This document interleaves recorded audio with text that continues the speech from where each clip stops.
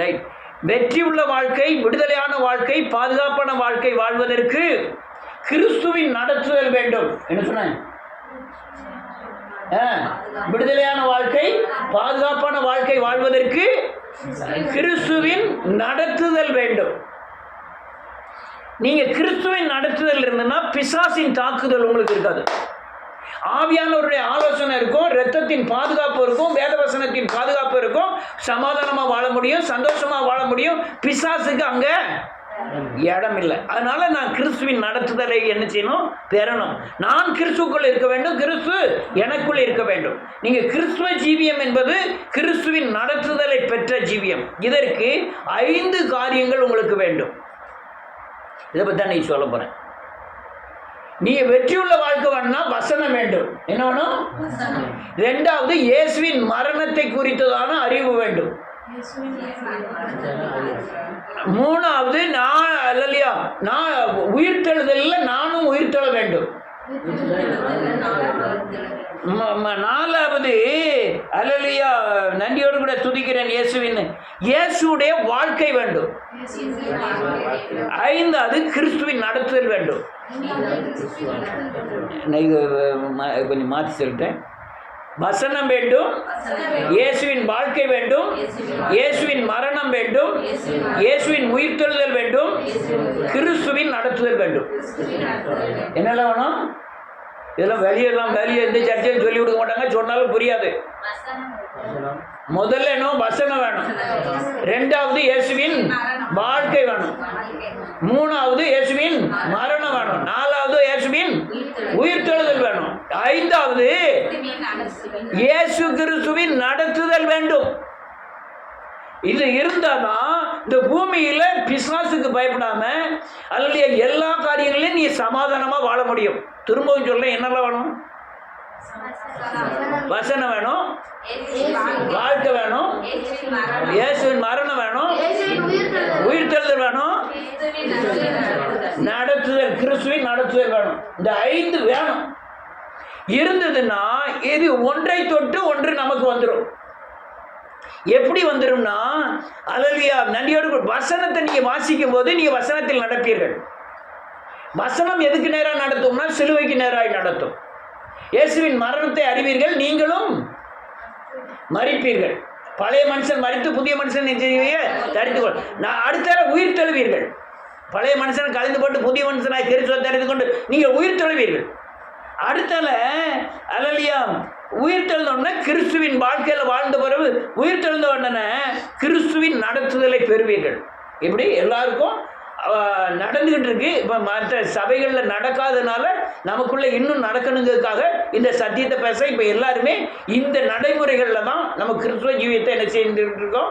பின்பற்றி கொண்டு இருக்கிறோம். நம்ம வாழ்கிற வாழ்க்கை கிறிஸ்துவின் வாழ்க்கை. இயேசு என்ன நடந்தாரோ அதே மாதிரி நான் என்ன செஞ்சுட்டு இருக்கேன், நடந்துகிட்டு இருக்கேன். நான் மனம் திரும்பி இருக்கேன், பாவ மன்னிப்பு நிச்சயத்தை பெற்றிருக்கிறேன், உயிர் தெழுந்திருக்கிறேன். பழைய மனுஷனை கொண்டு புதிய மனுஷனாகிய கிறிஸ்துவை என்ன செஞ்சிருக்கேன்? தரித்து கொண்டு இருக்கிறேன். இப்போ நான் கிறிஸ்துவின் நடத்துதலில் இருக்கிறேன், ஆனால் எப்படி நடத்துறாருங்கிறது புரியாமல் இருக்கிறேன். அல்லேலூயா. பிதா, குமாரன், பரிசுத்தாவி 3 பேரும் சேர்ந்து இயேசுவா இந்த பூமியிலே கிரியை செய்தார்கள். சொல்லுங்க. அவர் சொன்னார், ஆண்டவர் சொன்னார், நானும் பிதாவும் ஒன்றாக இருக்கிறோம். ஆவியானவர் என்ன சொல்றாரு, நான் அதை தான் செஞ்சுக்கிட்டு இருக்கேன். அப்போ 3 பேரும் என்ன செய்யறாங்க? ஒன்னா இருக்காங்க. ஆனா சிலுவையில பிதாவே ஏன் என்னை கைவிட்டுட்டாரு. இப்ப இங்க இருக்கிறது யாரு? இயேசுவும் பைபிள் யாரு? இயேசுவும் பரிசுத்த ஆவியானவர் இருக்காங்க. இங்க 2 பேர் தான் சிலுவையை சந்தித்தார்கள். இத சிலுவை மரணத்தை அதுக்கப்புறம் தான் அவரு ஆவியை தேவனுடைய பிதாவினிடத்திலே ஒப்பு கொடுத்தார். அதுக்கப்புறம் ஜீவனை விட்டார்னு எழுதியிருக்கோம். அப்போ பரிசுத்தாவியும் இருந்து அப்போ இயேசுதான் யாரு? கிறிஸ்து. அல்லேலூயா. நல்லா புரிஞ்சுக்கணும், புரியுதாங்க இதெல்லாம் சொல்றேன். அப்போ இந்த இயேசுவின் வாழ்க்கையில அவர் செய்த காரியம் என்னன்னா, பாவத்தை சுமந்தார். என்ன செய்தாரு? சுமந்து எங்க கொண்டு தீர்த்தாரு? சிலுவையில தீர்த்தார். இந்த சிலுவையில தீர்க்கக்கூடிய காரியம், இந்த காரியத்துக்கு உண்டான எல்லா காரியங்களையும் அவர் தொட்ட உடனே பெரும்பாடு நீங்கியது, அவர் தொட்ட உடனே குஷ்டரோகி சுகமானம், அல்லது அவர் தொட்ட உடனே குருடன் பார்க்க ஆரம்பித்தான், அந்த 35 வயசு பாடுள்ள மனுஷனை எழுந்து நடன்னு சொன்னாரு, மரித்த. இதெல்லாம் அவர் செய்த காரியங்கள் நமக்காகவும் எழுதப்பட்டிருக்கிறது. அல்லேலூயா. இந்த குஷ்டரோகியை பற்றி வாசிக்கும் போது, குஷ்டரோகி எவனுமே தொட்டதில்லை, தொடக்கூடாது. அங்கே இருந்து வரும்போதே நான் குஷ்டரோகி இருக்கேன், அங்கே வராதன்னு கத்துவான். அங்கே அந்த பக்கத்தில் போய் தொட்டாலே நியாயப்பிரமாணத்தை மீறுவதுக்கு அடையாளமாயிரும். குஷ்டரோகியை எங்கன கண்டாலும் கல்லை கொண்டு எறிவாங்க. ஆனால் இயேசு என்ன செய்தார்? அவர் மைண்டை பார்க்கணும், புத்தியை பார்க்கணும். போய் அவனை சுகமாயிருப்பான். லாசருவே வெளியவான்னா படித்த லாசருவே வெளியே வந்துட்டான். தூரத்திலிருந்து குஷ்டரோகியை நீ சுகமாகு அப்படின்னா சுகமாயிருப்பான். அவர் போய் தொடுதாரு. யான் தெரியுமா? அவனுக்கு குஷ்டரோகம் சுகமானதை விட ஒரு ஆள் என்ன செய்யுது? என்னை தொடுது. கவர்மெண்ட் ஆஸ்பத்திரியில் ஒரு ஐயர் டாக்டராக வந்துட்டார் சேர்மாதேவியில். நான் இவனை மாதிரி இருப்பேன், ஆஸ்பத்திரி போயிருக்கேன், யாரையுமே தொட மாட்டார். ஏடோய் நீ அங்கே தள்ளி நின்றுடோய், அங்கே தள்ளி நிற்கிறதுக்கே ஒரு ஆள் சொல்லுறதுக்கு அங்கே ஆள் இருக்கும். இந்த இந்த இதை வச்சு பார்ப்பாங்கல்ல, இந்த பேரில் மத்திரம் அந்த இதில் இருக்கும், நம்ம மேலே தொற்றப்படலாம். மேலே அப்படியே வச்சு மூச்சை நீட்டு விடு, நீ கண்ணை பார்ப்பாங்க, நாக்கை பார்ப்பாங்க, பயங்கர வயிற்றை நம்பி அமுக்கி பார்ப்பாங்க டாக்டர்கள்லாம். பிறகு நெஞ்சில் இந்த இது வச்சு பார்ப்பாங்க, பின்னால் முதுகில் வச்சு பார்ப்பாங்க. இவர் யாரையுமே தொடர்றதை யார் தெரியுமா? ஐயர். அதுக்கப்புறம் அங்கே பாளையங்கோட்டையில் உள்ள இந்த கடையநல்லூரில் ஒரு மொய்டின்னு ஒரு டாக்டர் வந்தார். ஊசி பூரா அவர் தான் போடுவார். ஊசி போடுறதுக்கு வேற ஆள் இருக்கும், அவங்களாம் போட மாட்டார். இவரே ஊசியை கொண்டா நானே போடுறதுன்ட்டு லைன் ஏகப்பட்ட லைனாக இருக்கும். ஒரு ஆளை கண்டோடனே மேலே இப்படி தொட்டு விடுவார், கீழே பக்கத்தில் உட்கார வச்சு விடுவார், மேலே பிடிச்சிக்கிட்டு என்னையா என்ன சாப்பிட்ட காலையில்? எனக்கு பயங்கர காய்ச்சல்லையா, 3 இட்லி சாப்பிட்டோம்யா, ஏன் பழைய மோர் ஊற்றி சாப்பிட வேண்டியதானே, இதிலே எல்லாம் சிரிச்சிருவாங்க. உடனே அவனை தொட்டு அவனை பார்த்து, இப்போ அவர் எவ்வளவு தான் நல்ல ஊசி போட்டாலும் குணமாகாது. யாரு? அந்த ஐயர் போடுறதுல என்ன செய்யாது. ஆனால் இந்த முஸ்லீமு தொட்டு அவன் பக்கத்தில் உட்கார வச்சு, என்ன எம்ஜிஆர் படம் பார்த்தியான்னு கேட்பார். பார்த்துன்னு சொல்ல, என்னையா நீ பார்க்கும்போது எம்ஜிஆர் மாதிரியே இருக்கியான்னு பாரு. எல்லாரும் சிரிப்பாங்க. இவன் ஐயா நோஞ்சிக்கிட்டே போவான். அவர் பேச பார்த்தே நல்லா சிரிக்க ஆரம்பிச்சிடுவான். காய்ச்சல் அங்கனே போயிடும். மருந்துல இல்லை, தொட்டுட்டார, என்னைய தொட்டுட்டாரியா, நான் இன்ன ஜாதிக்காரன், என்னை தொடாமல் அந்த இதுக்கு முந்தின டாக்டர் இருந்தார், இவர் இதுதான் அங்கே அவனுக்கு நடந்தது. குஷ்டரோகிக்கு யாருமே தொட மாட்டாங்க. என்னை இவர் தொட்டுட்டாரியா. யார் தொட்டுட்டா? வானத்தையும் பூமியும் படைத்த சர்வ வல்லமை உள்ள தேவன் என்னை தொட்டுட்டாரு. அல்லேலூயா. அதுதான் பெரிய காரியம். உடனே அவனுக்கு குஷ்டரோகம்லாம் போயிட்டு. அல்லேலூயா. அப்போ கிறிஸ்துவின் நடத்துதலை சொல்லுங்க, கிறிஸ்துவின் நடத்துதலை பெறுவதற்கு இயேசுவின் ஞானம் வேண்டும். அற்புதங்களை விட அவர் ஞானத்தினால ஒவ்வொரு காரியங்களையும் செய்தார். ஒரே ஒரு சமரிய சிறியை சந்திப்பதற்காக பல கிலோமீட்டர் நடந்தே போறார். அவ பெரிய டெக்னிக்கல் காரி. ஊரில் எல்லாரும் சாயங்காலமும் விடிய முன்னே சாயங்காலம் தான் பொம்பளை பிள்ளைகள் தண்ணி எடுக்க பார்த்துருக்கேன். இப்போ வீட்டில் திருக்குனா நல்லி. அப்போ உள்ள ஆள்லாம் எப்போ தெரியுமா? விடிய காலம் இருட்டாக இருக்கும்போதே அது விடிய முன்னே போய் தண்ணி வரணும். 3 மணிக்கெல்லாம் அங்கே பார்த்தா அங்கே பட்டையை வச்சு தண்ணி வரணும். பட்டையில் 2 வாட்டர் இருக்கும். உள்ளே போய் பட்டை முங்கி மேலே வர்றதுக்குள்ளே பாதி தண்ணி தான் இருக்கும். அதில் கொண்டு போய் ஊற்றி விடிய முன்னே சொட்டி தட்டி பட்டியெல்லாம் எடுத்துருவாங்க. ஆனால் அந்த பொம்பளையில் எப்போ வருது தெரியுமா? மத்தியானம் போல் தண்ணி பிடிக்க வருது.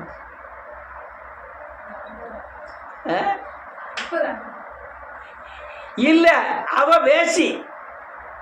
அதனால அவன் பகலில் வரான். மற்றவங்களாம் நைட்டில் போவாங்க, அவன் பகலில் வரான். ஆனால் அவருக்கு தெரியுது, யாருக்கு? இயேசுவுக்கு தெரியுது, இந்த பொம்பளையாள் பத்தினியாக இருந்தால் விடிய காலம் 5 மணி ராத்திரி இருட்டின பிறகு தான் வந்து எடுப்பான். இப்படி ஆள், அதனால் இவ 11 மணிக்கு தான் வருவான்ட்டு கரெக்டாக 11 மணிக்கு அந்த இடத்துல வந்து உட்கார்ந்துருக்காரு. இந்த ஞானத்தை தேவன் வாழ்க்கை முறையிலே யார்கிட்ட வைக்கிறார்னா நமக்குள்ள வைக்கிறார். அவர் வாழ்க்கை முறை ஒன்று தான் நமக்கு கற்றுத் தருகிறார். அல்லேலூயா. வேத வசனங்களை பிரயோகம் பண்ணுகிறார். யார்கிட்ட பிரயோகம் பண்ணுகிறார்?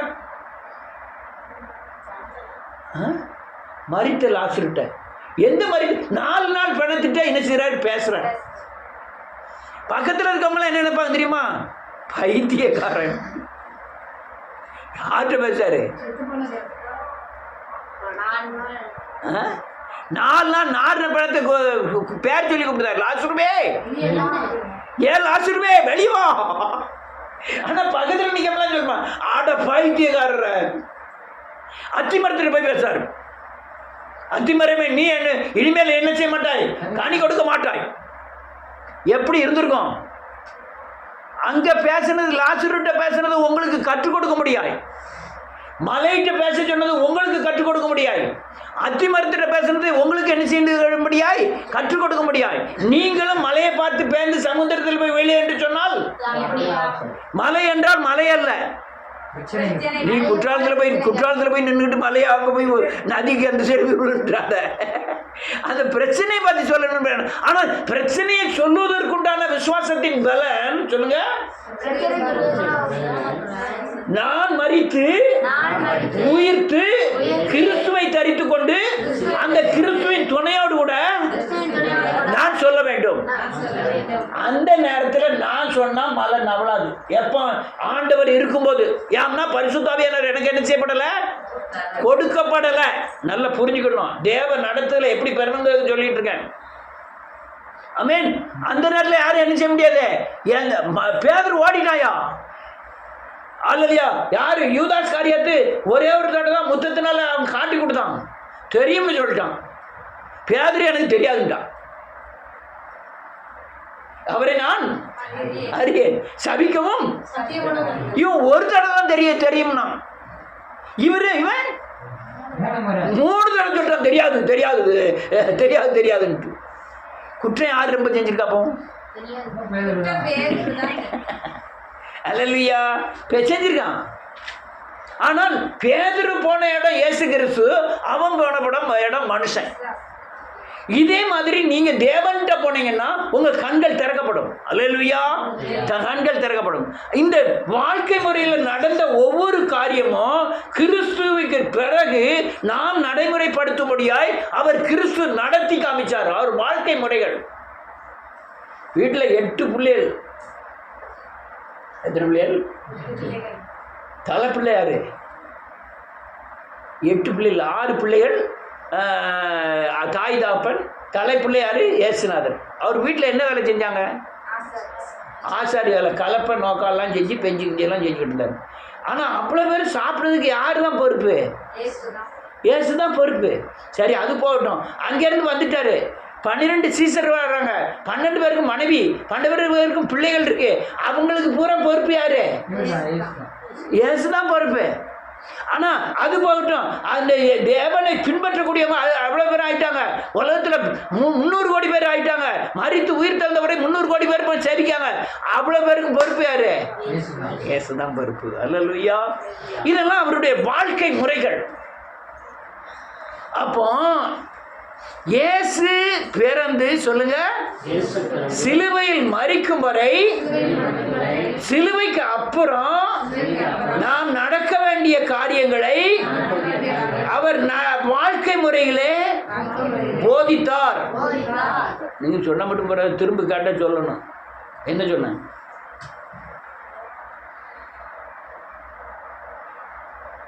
ஏசுநாதர் பிறந்ததுலேருந்து சிலுவை வர ஒரு வாழ்க்கை முறை வச்சிருந்தாரு. என்ன முறை வச்சிருந்தாரு? வசனத்தை கைகொண்டு பிதாவை மகிமைப்படுத்தி பிசாசை ஜெயித்து வாழக்கூடிய வாழ்க்கை முறை வச்சிருந்தாரு. அந்த வாழ்க்கை முறை அல்லேலூயா இயேசு கிறிஸ்துவுக்கு அப்புறம் நாம் மரித்து அடக்கம் பண்ணப்பட்டு உயிர்த்து கிறிஸ்துவை தரித்து கொண்டால் அவர் அந்த வாழ்க்கை முறையை காமிச்சு நம்ம உலகத்தில் என்ன செய்வார்? நடத்துவார். நல்ல புரியணும். இது ரொம்ப முக்கியமான பாடம். உலகை முழுங்கின மாதிரிலாம் இருக்கக்கூடாது. நான் என்ன சொன்னேன் புரியுதா உங்களுக்கு? என்ன சொன்னேன்?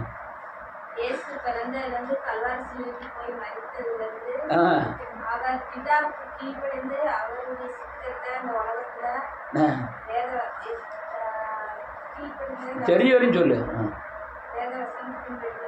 நடந்து பாவங்களை சாபங்களை என்ன செய்தாரு? சுமந்தார். சுமந்து சிலுவையில் கொண்டு போய் என்ன செய்தாரு? தீர்த்தார். அந்த காரியத்தை நானும் மரித்து உயிர்த்தெழுந்தால் கிறிஸ்துவை பரிசுத்த ஆவியானவர் பெற்றுக்கொள்வேன். இவர் என்ன செய்வார்னா அந்த வாழ்க்கை முறைகளை எனக்கு கற்றுத் தருவார். இயேசு எப்படி பாவத்தை சுமந்தார், நான் பாவத்தை எங்கிட்டு போய் இறக்கி வைக்கணும், அவர் சிலுவையில், அதை பூரா இவர் நடத்துவார் எனக்கு. இந்த நடத்துதல் தான் ஆவியானவர் நடத்துதல். இது மூலமா தான் நீங்க பிசாசை என்ன செய்ய முடியும்? ஜெயிக்க முடியும். இது மூலமா தான் சாபத்திலிருந்து என்ன செய்ய முடியும்? விடுதலை ஆக முடியும். நீ படுக்கை எடுத்துக்கொண்டு நடவன் சாப பாவம் என்ன செய்யப்பட்டது? மன்னிக்கப்பட்டது. அப்போ இவர் நான் சிலுவையில் கொண்டு போய் அடித்தாதான் நான் என்னுடைய பாவம் மன்னிக்கப்பட்டாதான் நான் படுக்கை எடுத்துக்கிட்டு என்ன செய்ய முடியும்? நடக்க முடியும். நான் சிலுவைக்கு நேரம் என்னை மனம் திரும்ப வைக்கிறது யாரு? பரிசுத்த ஆவியானவர். யாரு? பரிசுத்த ஆவியானவர் மனம் திரும்ப வச்சு என் வியாதி என்ன செய்யறாரு? பாவத்தை மன்னிக்க வச்சு என் வியாதி என்ன செய்யறாரு? குணமாக்குகிறார். அல்லேலூயா. பாவம் போகாத வரை வியாதி என்ன செய்யாது? போகாது. நல்லா புரிஞ்சுக்கணும். இந்த காரிய அன்னைக்கு பிசாசு உங்க வீட்டுக்கு வந்துட்டு என் நாமத்தினாலே பிசாசை துரத்துங்கள்னு சொன்னாரு. அப்போ நான் கர்த்தராகிய இயேசு கிறிஸ்து யாருன்னு புரிஞ்சுக்கிட்டாதான் அவர் நாமத்தினால தான் பிசாசை என்ன செய்ய முடியும்? துரத்த முடியும். இயேசுவின் நாமம் என்றால் என்ன? கர்த்தராகிய இயேசு கிறிஸ்து. மூணு பேரும் யாரு? ஒருவர். மூணு பேரும் கர்த்தராகிய இயேசு கிறிஸ்துவா இருக்கிறார்கள். அவர் தான் கர்த்தராகிய இயேசு என்பது அவர் நாமம். அந்த நாமத்தினால பிசாசை துரத்தணுங்கிறத யார் சொல்லிக் கொடுக்குறா? கிறிஸ்துவின் ஆவியானவர் சொல்லி கொடுக்கும். அப்ப அணுவா உங்களுக்கு போதிக்கிறது யாரு? கிறிஸ்துவின் ஆவியானவர், பரிசுத்த ஆவியானவர், திருத்துவ தேவனில் ஒருவராகிய கிறிஸ்து. அல்லேலூயா. ரொம்ப முயற்சி தான். ரைட்டு. இயேசுவின் நாமத்தினால நம்ம ஒவ்வொரு இடத்துலையும் பிசாசை ஜெயிக்க வேண்டுமானால் சொல்லுங்க,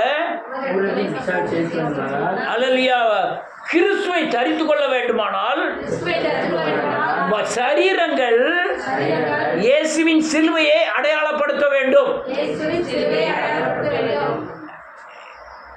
சொல்லுங்க, புரியுதா? இங்க பிசாசை ஜெயிக்கணும்னா உன் சரீரத்தில் இருக்கிற எந்த அவயத்தினாலும் பிசாசு பயன்படுத்த முடியுமா? முடியாதா? கண்ணை, காதை, வாயை, கையை, இருதயத்தை, இதை என்ன செய்யணும்? சிலுவையில் அறையணும். என்ன செய்யணும்? நீங்க அரைஞ்சதுக்குண்டான அடையாளப்படுத்துவது என்பது அரைஞ்சதுக்குண்டான மீட்பு. என் கண்ணு சிலுவையில் அறையப்பட்டிருக்கு. என் கண் இடரல் உண்டாக்கினால் அதை எறிந்து போடு. கை இடரல் உண்டாக்கினார். அப்ப என்ன செய்ய? இது சிலுவையில் அறைந்திருக்கிறேன். நான் என்ன செய்யறேன்? சிலுவையில் அறைந்திருக்கிறேன். இது என்ன செய்து? பாவம் செய்த விட்டு நீதிக்கு வந்துட்டு நான் இதை நீதிக்கு வருவதுதான் அடையாளப்படுத்துவது. என்ன செய்வது? நான் கிறிஸ்துவனா இருந்தால் கிறிஸ்துவின் கிரியைகளை வெளிப்படுத்தி நான் சிலுவையில் அறையப்பட்டவன் என்பதை வெளிப்படுத்துகிறேன். புரியுதா சொல்றது? நான் கிறிஸ்துவனா இருக்கேன். ஒரு ஆள் சொல்லுது, ஜோசுவா கிறிஸ்துவன், இவன் கிறிஸ்துவ வேலைக்கார மாதிரியே இருக்கிறான், கிறிஸ்துவ மாதிரியே இருக்கிறான்னா என்ன அர்த்தம்? இவன் சிலுவையில் என்ன செய்யப்பட்டிருக்கான்? அறையப்பட்டு இவன் மூலமா இயேசு என்ன செய்கிறாரு? வெளிப்படுகிறார். இந்த காரியத்தை செய்யறது கிறிஸ்து. அல்லேலூயா. அப்போ அந்த காரியம் மட்டுமல்ல, ஒவ்வொரு காரியத்திலையும் கிறிஸ்துவின் நடத்துதலை நான் என்ன செய்யணும்? வேறணும். நல்லா புரிஞ்சுக்கிடுங்க. வீட்டில் பிரச்சனை வந்துட்டு ஓணும் அழலாம் கூடாது. நான் வாழ்க்கை முறை சரியில்லை, நான் தேவனோடு ஐக்கியப்படலை, கிறிஸ்து என்னை நடத்தலை, ஒரே ஒரு வசனத்தில் உங்கள் வாழ்க்கை முறையே மாற்றிடுவார் கர்த்தர். அல்லேலூயா. ரைட். ஒரு வசனத்தை வாசி பண்ணோம், எல்லாத்தையும் சொல்லிகிட்டே போயிட்டு இருக்காரு. யோவான் எழுதின சுவிசேஷம் 17வது அதிகாரம் 3வது வசனம்.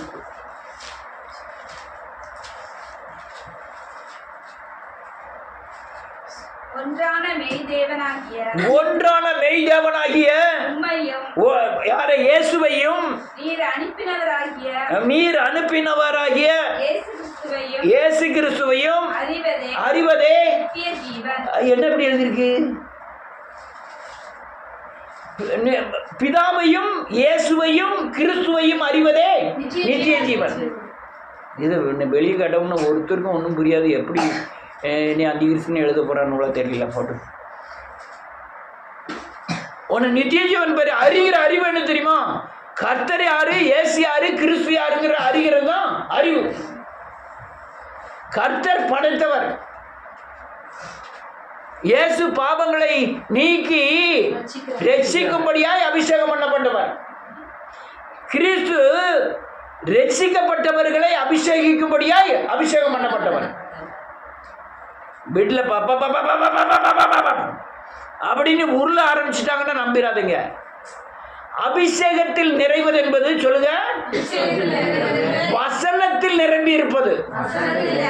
எனக்கு வசனமே தெரியல, நான் அபிஷேகத்தில் நிரம்பினா தேவனுடைய அபிஷேகம் எங்கேயாவது போய் சொல்லிடாதப்போ. சும்மா சொல்லு, வசனத்தில் நிரம்புவதுதான் உண்மையான அபிஷேகம்னு சொல்லு. வசனத்தில் நடந்து சொல்லுங்க, கிறிஸ்துவின் நடக்கையை பெற்றவர்கள் மட்டுமே தீர்க்கதரிசிகள். யாரு தீர்க்கதரிசி? யாரு? உங்க வாழ்க்கையில இயேசு கிறிஸ்துவ நடத்தல, அடுத்தவங்களை நடத்துறதுக்கு உங்கள்கிட்ட எப்படி பேசுவாரு? என்ன சொல்லு சொல்லு, சரிதானே? நீ அதை செய் இதை செய்யு பேசினாதான் நீ தீர்க்கதரிசி ஆக முடியும். செவி சரியில்லை, செவியே நீ காலையில அல்லது தலையில துண்ட போட்டு இருக்கிறாய், அதுல தப்பு அப்படின்னு சொல்லு. நமக்கு என்ன மகளே, நீ சரியாகணும். அந்த நடத்தல பட்டாதான் அவங்க தான் யாரு தீர்க்கதரிசி. வசனமே தெரியாது, நீ எப்படி அபிஷேகத்தில் நிரம்ப முடியும்? அப்ப கிறிஸ்துவின் நடத்துதலை பெற்றவர்கள் தான் யார் அபிஷேகத்தை. நான் ஆவியானவர் பெற்றிருக்கேன், என்னை சத்தியத்தின்படி நடத்துறாரு, நான் பாவம் செஞ்சா கண்டித்து உணர்த்துறாரு, மனம் திரும்ப வைக்காரு, என்னை புது சிச்சா வைக்கிறார். இது நடத்துதல். யார் நடத்தல்? நம்ம எல்லாரும் பெற்றிருக்கோம். நீ என்ன போயிட்டே இருக்கீங்க, ஒரு கெட்ட வார்த்தை பேசிட்டீங்க, உங்களை குத்தும். குத்துறது யார் தெரியுமா? ஆவியானவர். அவர் நடத்துதல். அப்ப நம்ம தான் யாரு? கிறிஸ்துவின் ஆவியானவர் வசனத்தில் நிரம்பி இருக்கிறவர்கள் தான் அல்லேலூயா அபிஷேகத்தை பெற்றவர்கள். அபிஷேகம் ரைட், அது அந்த டாபிக் வேணாம். அடுத்த இன்னொரு வசனத்தை வாசிப்போம். 1 கொரிந்தியரின் புத்தகம் 2வது அதிகாரம் 14 இருந்து 16 வரையும்.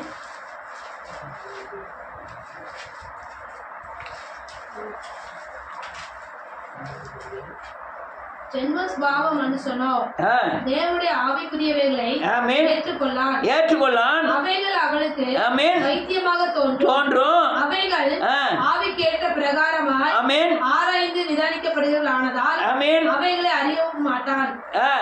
ஆவிக்குரியவன் எல்லாவற்றையும் ஆராய்ந்து நிதானிக்கிறான். ஆனாலும் அவன் ஒருவனாலும் ஆராய்ந்து நிதானிக்கப்படான். கர்த்தருக்கு போதிக்கத்தக்கதாக அவருடைய சிந்தையை அறிந்தவன் யார்? எங்களுக்கோ கிறிஸ்துவின் சிந்தை உண்டாயிருக்கிறது. நான் இப்படி வாசிக்கிறேன். ஜென்ம சுபாவம் உள்ள மனுஷனோ கிறிஸ்துவின் ஆவியை ஏற்றுக்கொள்ளாம். நீ ஆவின்னு பரிசுத்தாவி இதுக்கு பத்தி எழுதியிருக்கு. பரிசுத்தா யாரு? திருத்துவ தேவனில் ஒருவன். அப்ப இதை நான் அப்படி போட்டு வாசிக்கிறேன். என்ன வாசிக்கிறேன்? ஜென்ம சுபாவம் உள்ள மனுஷனோ தேவனுடைய கிறிஸ்துவின் ஆவியை ஏற்றுக்கொள்ளான். நீ இந்த சத்தியத்தை யார்ட்டையும் போய் கிறிஸ்துவின் ஆவி கிறிஸ்துவின் ஆவின்னு சொன்னீங்கன்னா ஒட்டுமே ஏற்றுக்கொள்ள மாட்டாங்க. அவைகள் அவனுக்கு அவன் மாம்சத்துக்குரியவன். அவைகள் ஆவிக்கேற்ற பிரகாரம் கிறிஸ்துவின் ஆவிக்கேற்ற பிரகாரமாய் ஆராய்ந்து நிதானிக்கப்படுகிறவைகளானதால் அவைகளை அவன் அறியவும் மாட்டான். கிறிஸ்துவின் ஆவிக்குரியவன் எல்லாவற்றையும் ஆராய்ந்து நிதானிக்கிறான். ஆனாலும் மற்ற ஒருவனாலும் யார இந்த மரித்து உயிர்த்தெழுந்த கிறிஸ்துவை தரித்து கொண்ட மனுஷனை ஒருவராலும் ஆராய்ந்து முடியாது. ஏன்னு கேட்டா இவன் 1000 பேரை ஜெயிச்சவன், 1000 சாபத்தை ஜெயிச்சவன்.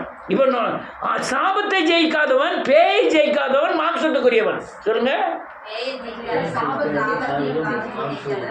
பிசாசை ஜெயித்து சாபத்தை ஜெயித்தவன் கிறிஸ்துவை உடையவன். அவன் மட்டுமே கிறிஸ்துவின் சிந்தையை அறிந்தவன். சொல்லுது புரியுதா? நீங்க கிறிஸ்துவை தரித்து கொண்டீங்கன்னா நீங்க தான் கிறிஸ்துவின் சிந்தை என்ன செய்ய முடியும், அறிய முடியும். எது கிறிஸ்துவின் சிந்தை? பிசாசின் கிரியைகளுக்கு உட்படாதபடி தன்னை தப்பித்துக் கொள்வதோ. கிறிஸ்து நம்ம பாவம் செய்து விரும்புவாரா? அவருடைய சிந்தை பரலோக ராஜ்யத்துக்கு நம்ம ஆயத்தமாகக்கூடிய எல்லா காரியங்களையும் நடப்பிக்கிறது தான் கிறிஸ்துவின் சிந்தை. அதை யார் அறிவாள்? கிறிஸ்துவின் நடத்துதலை பெற்றவர்கள் தான் யார் அறிய முடியும்? அதை அறிய முடியும்.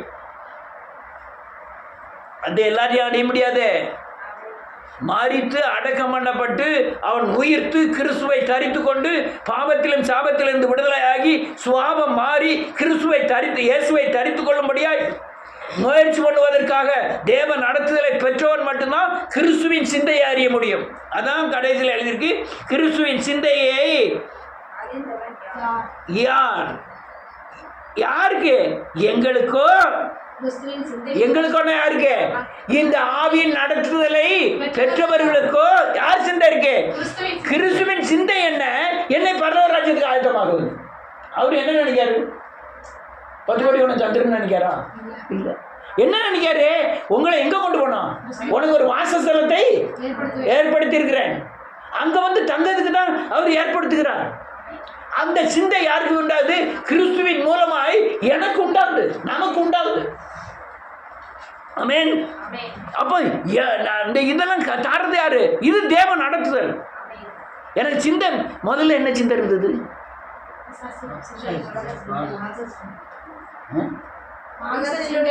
உலக சிந்தை, சாதி சிந்தை, பணத்தை எப்படியாவது சேர்க்கணும்னு சிந்தை.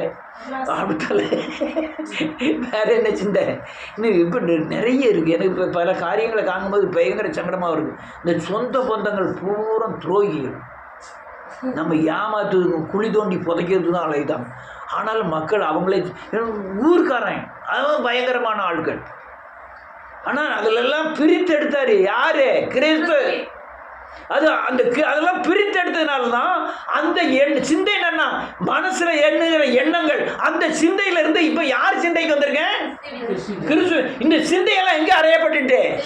சிலுவையில் அறையப்பட்டுட்டு. எனக்கு யாரோட சிந்தை? இயேசு என்ன நினைக்கிறாரோ அதே எண்ணத்தை நான் என்ன செய்யறேன்? நினைக்கிறேன். கிறிஸ்துவின் சிந்தை என்னுடைய சிந்தையா என்ன செய்யிட்டு மாறிட்டு. எங்களுக்கோ யார் சிந்தை உண்டாயிருக்கு? கிறிஸ்துவின் சிந்தை உண்டாயிருக்கிறது. இன்னொரு வசனத்தை வாசிப்போம். ரொம்ப பெரிய பாடங்கள் நேரங்களும் காலங்களும் போராது. வாசிப்போம். 1 கொரிந்தியர் 6வது அதிகாரம் 15வது வசனம். உங்கள் சரீரங்கள் ஆமென் அறியீர்களா? அப்படி இருக்க ஆமென். நான் கிறிஸ்துவின் அவயங்களை வேசியின் அவயங்கள் ஆக்கலாமா? ஆமென். அப்படி செய்யலாகாதே. உங்க சரீர அவயங்கள் என்னது? சரீர உறுப்புகள். நல்லா பேசுங்க, எல்லாம் பேசினா தான் உங்களுக்கு புரியும். சரீர உறுப்புகள். இப்போ யார் சரீர அவயங்கள் ஆகிட்டா? கிறிஸ்துவின் சரீரத்தின் அவயங்கள் ஆயிட்டு. கிறிஸ்துனா இயேசுவின் சரீரம், கிறிஸ்துவின் சரீரம். யார் சரீரமா இருந்தது? எல்லா கிரியைகளும் பிசாசின் சரீரமா இருந்தது. இந்த கிறிஸ்து என்ன பண்ணிட்டாரு? இதை ஒன்னா கொண்டு போய் சிலுவையில் அறைந்து இயேசுவை போல மாற்றி என் சரீரத்தின் அவயங்களை இயேசுவின் சரீரத்தின் அவயங்களா என்ன செஞ்சிட்டாரு? மாத்திட்டாரு. மாற்றினாதான் என் சிந்தை யார் சிந்தை மாதிரி மாறும்? என் சரீரம்லாம் மாறாம கிறிஸ்துவின் சிந்தை அடிச்சாது மாறாது. இப்போ எனக்கு முழுசும் இயேசுவின் சாயலுக்கு ஒப்பா மாறிட்டேன். இது இந்த சரீரத்தை கொண்டு போய் என்ன செய்யக்கூடாதான்? பேசித்தனப்படுத்திற்கு உட்படலாகாது. உள்ள இருக்காம தூங்கிட்டாங்களா? இருக்காங்களா? ஒன்னும் சவுண்டு ஒண்ணு காணலையே. அல்லேலூயா. நல்லா புரிஞ்சுக்கிடுங்க. உள்ள இருக்கவங்களும் சொல்லுவேன். அப்போ ஒவ்வொரு இது என் அவயவங்கள் பூராமே. அப்போ நான் பாவம் செய்யும்போது என்ன நினைக்கேன், என் வாயில் வார்த்தை வரும்போதே கெட்ட வார்த்தை உடையில வாடுது. என் வாயின் அவய சிலுவையில் என்ன செய்யப்பட்டிருக்கு, அறையப்பட்டிருக்கு. இது நான் இந்த வாயின் அவயத்தை என்னத்தை ஆகுனேன், தேசித்தனத்தின் ஆவியின் அவயமா என்ன செய்யறேன், மாற்றுகிறேன். ஆண்டவர் சொல்ல அப்படி அகலமையா ஐயா, சரீரத்தை நம்ம கையை இயேசுவின் கையா மாத்திட்டேனே, இந்த கையை நீ வேசித்தனத்துக்கு உட்படலாகலாமா, ஒரு நாக்க வேசித்தனத்திற்கு உட்படலாகலாமா, உட்படுதல் ஆகாதே. ஏன் இப்படி செய்றீங்க, இது உங்களுடைய சரீரம் அல்ல. இப்ப நல்ல காலுங்க, உங்க சரீரத்துல பிசாசு ஆளுகை செய்தாங்கன்னா பிசாசுக்கு அதுக்கு மேல அதிகாரம் வந்துடும். நான் எல்லாத்தையும் திருப்பி சரி பண்ணிட்டேன், என் நாக்கை கொஞ்ச நேரம் பிசாசுட்டு ஒப்பு விடுங்க, பிசாசு பயன்படுத்துதான். இப்போ நாக்கு யாருடையதா மாறிடுது, இந்த நாக்கை கொண்டு போய் இருதயத்தை தீட்டுப்படுத்த முடியுமா, முடியாதா? இருதயத்தை தீட்டுப்படுத்த மற்ற அவயங்களை பிடிக்க முடியுமா, முடியாதா? முடியும். அதனாலதான் அவர் சொல்றாரு, உங்க அவயங்களை எதையுமே பிசாசுட்டு என்ன செஞ்சிடாத, ஒப்பு கொடுத்துடாத, கிறிஸ்துவின் அவயங்களாகவே இருக்கட்டும். அடுத்த வசனம் என்ன சொல்லுது, 15வது வசனம் 16வது வசனம்.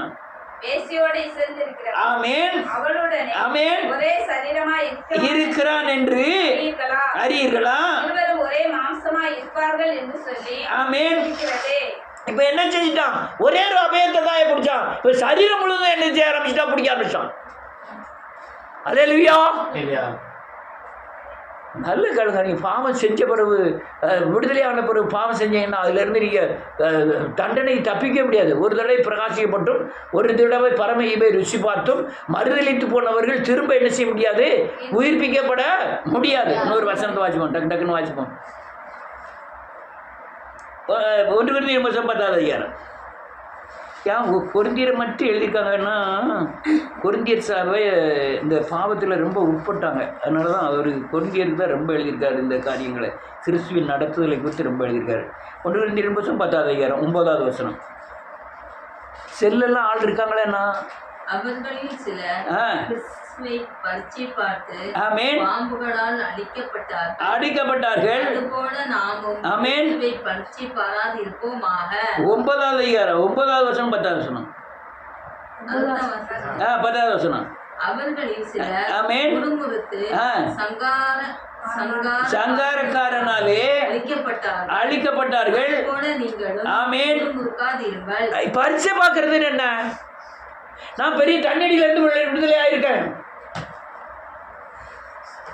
அப்படியே நான் எங்க ஊர் மேலாளியா மாதிரியே போய்கிட்டு இருக்கேன். ராத்திரி ஒரு 8 மணிக்கு கடை அடைக்க போறோம். எந்த கடை?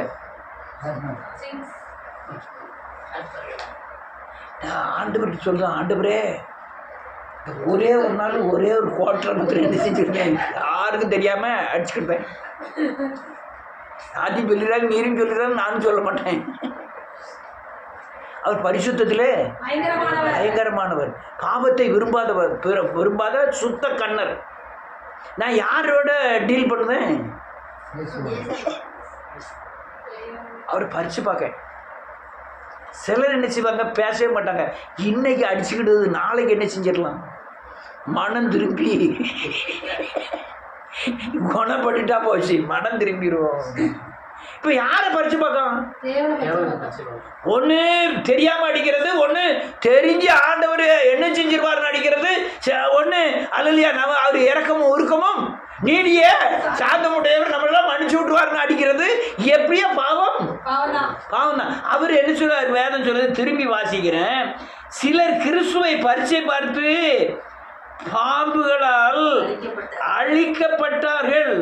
அதுபோல ஞாமும் கிறிஸ்துவை எங்க இருக்காரு, எனக்குள்ள. அவர் வியாபாரே ஆக மாட்டாரா, நீ செய்யக்கூடாதுன்னு தடை பண்ணுவாரா, பண்ண மாட்டாரா? பண்ணி மீறி செய்யறதுக்கு காரியம் என்ன, பரீட்சை. அவர் என்ன செய்யறா, பரீட்சை, மீறுது பரீட்சை. அவர் வேதம் சொல்லுது, நீ அப்படி பரிச்சை பார்த்தனா நீ பழைய ஏற்பாடு பாரு. அவருடைய பாம்புகள்னால என்ன செய்தாரு, அழிக்கப்பட்டார்கள். நீயும் அழிக்கப்படாதபடி எச்சரிக்கையாக.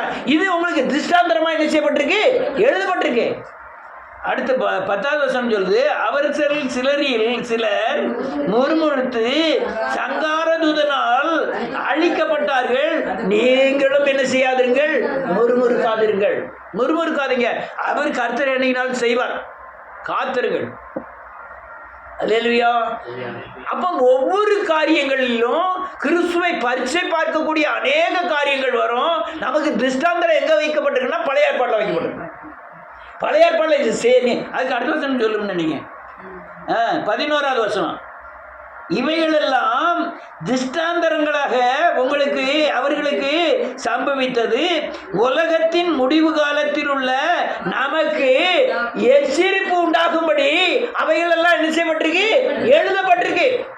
நீங்க அதுல போய் கண்ணில போய் மாட்டிடாதீங்க. அப்போ கிறிஸ்துவின் நடத்துதல் நமக்கு ரொம்ப நேரம் ஆகுது. நேரம் கடகடன்னு ஓடிட்டு இயேசுவின் ஒரே ஒரு வசனத்தை வாசிச்சு மாத்திரம் முடிப்போம்.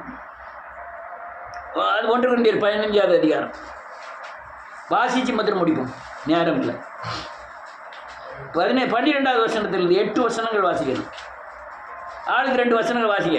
கிறிஸ்து மரித்தோரில் இருந்து ஆமென் எழுந்துகிறார் என்று ஆமென் பிரசங்கிக்கப்பட்டிருக்க, ஆமென் மரித்தோரின் உயிர்த்தெழுதல் இல்லை என்று உங்களில் சிலர் எப்படி சொல்லலாம்? இப்போ கிறிஸ்து மரித்தோரில் உயிர்த்தெழுதல் இல்லையா? உயிர்த்தெழுந்ததுக்கு எவ்வளவு சாட்சி என்ன? எனக்குள்ள கிறிஸ்து இருக்காரு, எனக்குள்ள இருக்கா. நான் மன திருப்பி பாவமளிப்பை நிச்சயத்தை பெற்ற நான் யாரை பெறேன்? கிறிஸ்துவை பெறுகிறேன். அடுத்தால என்ன இருக்கு? மரித்தோரில் உயிர்த்தெழுதில்லாவிட்டால் கிறிஸ்துவும் எழுந்திருக்கவில்லையே. கிறிஸ்து எங்க எழுந்திருக்கார்? எனக்குள்ள எழுந்திருக்க மாட்டாரா? அதுதான் எனக்கு சாட்சி. நல்ல கழுங்க, எதை நடத்தல பெற்றாலும் பெறாட்டாலும் கிறிஸ்துவின் நடத்தல நீங்க பெற்றே ஆகணும். அடுத்தால கிறிஸ்து எழுந்திருக்கவில்லை என்றால் எங்கள் பிரசங்கமும் விருதா, உங்கள் விசுவாசமும் விருதா. மரித்தோர் உயிர்த்தெழாவிட்டால் தேவன் எழுப்பாத கிறிஸ்துவை அவர் எழுப்பினார் என்று நாங்கள் தேவனை குறித்து சாட்சி சொன்னதினால் தேவனுக்காக சாட்சி சொல்கிறவர்களாகவும் காணப்படுவோம். அப்போ உங்க சாட்சி முறை என்ன ஆயிரும்? பொய்யாயிரும். நான் மர்மமா இருக்கிறது பொய்யாயிரும். என்னை கிறிஸ்து நடத்துறாங்க பொய்யாயிரும். ஆமென். உயிர்த்தெழுந்திருக்கிறேன். கிறிஸ்து எனக்குள்ள என்ன செஞ்சிருக்கிறார்? எல்லாரும் சொல்லுங்க, நான் மரித்து உயிர்த்தெழுந்திருக்கிறேன். உயிர்த்தெழுந்த கிறிஸ்து எனக்குள்ள உயிர் வைக்கப்பட்டிருக்கிறார். எனக்கு திரும்ப பிறந்திருக்காரு. எனக்குள்ள என்ன செஞ்சிருக்கிறார்? பிறந்திருக்கிறார். இல்லைன்னா எனக்கு சாட்சி வராது. அடுத்தால மரித்தோர் உயிர்த்தெழாவிட்டால் கிறிஸ்துவும் எழுந்திருக்கவில்லை. இல்லை. கிறிஸ்து எழுந்திராவிட்டால் உங்கள் விசுவாசம் வீணா இருக்கும். நீங்கள் இன்னும் உங்கள் பாவங்களில் எவ்வளவு பெரிய சாட்சி கிறிஸ்து உங்களுக்குள்ள இருக்கிற அடையாளம் என்னன்னா, நான் பாவத்திலிருந்து விடுதலையா இருக்கையா. பாவத்திலிருந்து விடுதலையா இருக்கிறது அடையாளம் பாவத்தின் தண்டனை என் மேல இல்ல. பாவத்தின் தண்டனை இருந்ததுன்னா நான் நோயில கிடப்பேன், பேயில கிடப்பேன், உலகத்துல சமாதானம் இல்லாம இருப்பேன். உயிர் தெழுந்ததுனால தான், கிறிஸ்து எனக்குள்ள வந்ததுனால தான் நான் பாவத்தில் இருந்து என்ன செஞ்சிருக்கேன்? விடுதலையாக இருக்கிறேன். அடுத்த வருஷம் என்ன இருக்கு?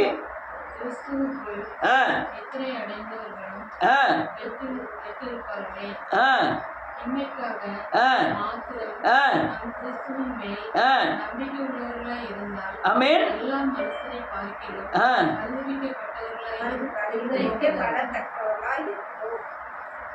எல்லாரையும் எல்லாரும் விட பரிதவிக்கப்பட்டவர்களா இருப்போம். என்ன எழுதிருக்கு பாருங்க. அல்லேலூயா. இம்மை மாத்திரம் இந்த உலகத்துக்காக மட்டும் கிறிஸ்துவை நீங்க நம்புகிறவரா இருந்தா நீங்க பரிதவிக்கப்பட்டவரா இருப்பீங்க. அதனால நான் மறுமைக்கு எனக்கு ஆயத்தமாக்க முடியாது. இந்த உலகத்துல சாபத்திலிருந்து விடுதலை ஆக முடியாது, பாவத்திலிருந்து விடுதலை ஆக முடியாது, பிசாசை ஜெயிக்க முடியாது. எனக்குள்ள யார் இருக்காரு? கிறிஸ்து. எப்போ கடைசியில் முடிச்சுட்டேன். கிறிஸ்துவின் ஆவியானவர் இருக்கிறது.